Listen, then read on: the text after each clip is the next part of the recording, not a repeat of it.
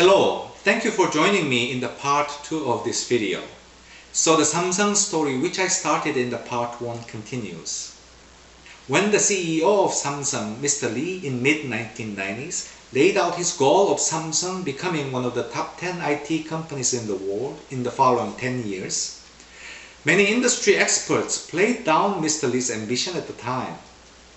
Although this episode took place many years ago, I still clearly remember reading a column on a prominent Korean newspaper at the time. The title was something along the line of the 10 reasons why Mr. Lee of Samsung cannot achieve his goals. As much as I admired Mr. Lee's vision for something only few people, if not only Mr. Lee himself, thought possible, the 10 reasons put out by the industry expert sounded pretty convincing as well. Then I immigrated to Canada in late 1990s and monitored how Samsung was doing from overseas. What I was witnessing in terms of how Samsung transformed itself was nothing short of a miracle, I must say. In summer 2002, I was in Quebec City on a business mission and picked up a Business Week magazine which reported Samsung as the #1 IT company in their survey in terms of its profitability, product portfolio, growth potential, etc., etc., of all the IT companies in the world. As I was reading the article, I was thinking what a success story it was. In my mind, Mr. Lee over-accomplished his goal by becoming the #1 IT company in less than 10 years from the time he shared his vision and his goal with his employees. The ranking was based on a specific set of criteria established by the Business Week magazine at the time. It was not just the size of the company, there were many other criteria. So the ranking may be up for a debate, but nonetheless it remains as one of the most impressive business stories in my mind until now. Today, Samsung is a leader not only in many consumer products such as mobile phones, home appliances, etc., but also a wide range of electronic parts such as semiconductor, MLCC, LCD panel, etc., etc.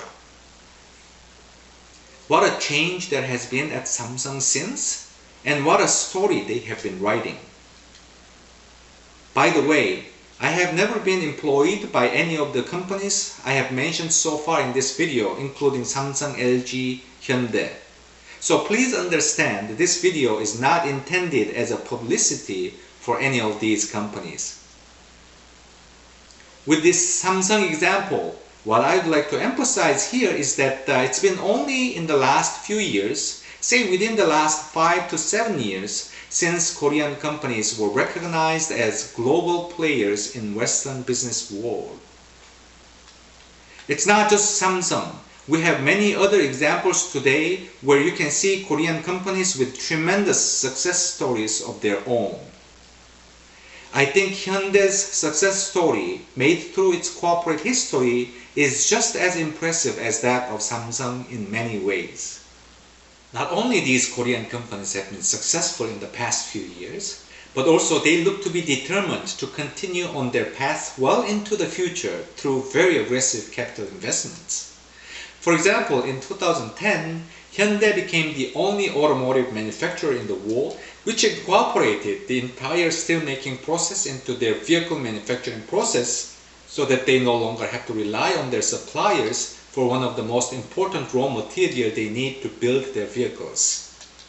What's more impressive about this example is that this huge investment made by Hyundai in their steelmaking facility was done through the recent economic crisis.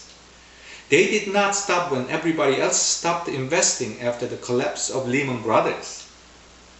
Now that the automotive industry has recovered from the downtime, Hyundai's investment through one of the most difficult times in the history of corporate management looks to pay off big time. Another example, EETimes.com reported in August 2010 that a prominent market research firm in the IT industry, IC Insights, noted that Samsung has spent more on semiconductor capital expenditures than any other chip vendor, including Intel, in 6 of the past 7 years, expecting Samsung to pass Intel to take over the #1 spot in the IC business in near future. This morning, as of January 5th, 2011, I read a news article reporting Samsung to invest close to $40 billion in 2011. Samsung's yet another most aggressive investment plan year after year. These examples demonstrate not only today's market size and you as a foreign company can capitalize on in Korea, but also the future growth potential created by immense capital investments. So far, I talked about few things to illustrate the dynamics of the Korean market through the Samsung and Hyundai examples. Now, I'd like to move on to my second argument for emphasizing the importance of the Korean market.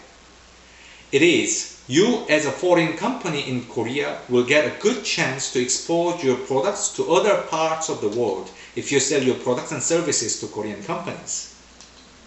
I have seen many examples where Korean companies bring their equipment tested and proven in their manufacturing facilities in Korea to their offshore facilities. So if you are able to sell your products and services to one of the Korean multinational companies, either directly or through their system integrators, chances are that you will get a good exposure in many other parts of the world. Now, this principle may work in the same way as to how things work not only in Korea, but also in other markets as well. That is, the headquarters of a multinational company decides the specs of their equipment, raw material, etc., and bring the exact copy to their offshore facilities. What I'm saying here is that if you combine this principle with the fact that your target Korean companies may be some of the fastest growing companies in the world, I'm sure you can recognize and appreciate your business potential with them. So far, I have presented two reasons as to why the Korean market may be important for your company's growth. #1, the sheer size of the market today and the future growth potential through big capital investments.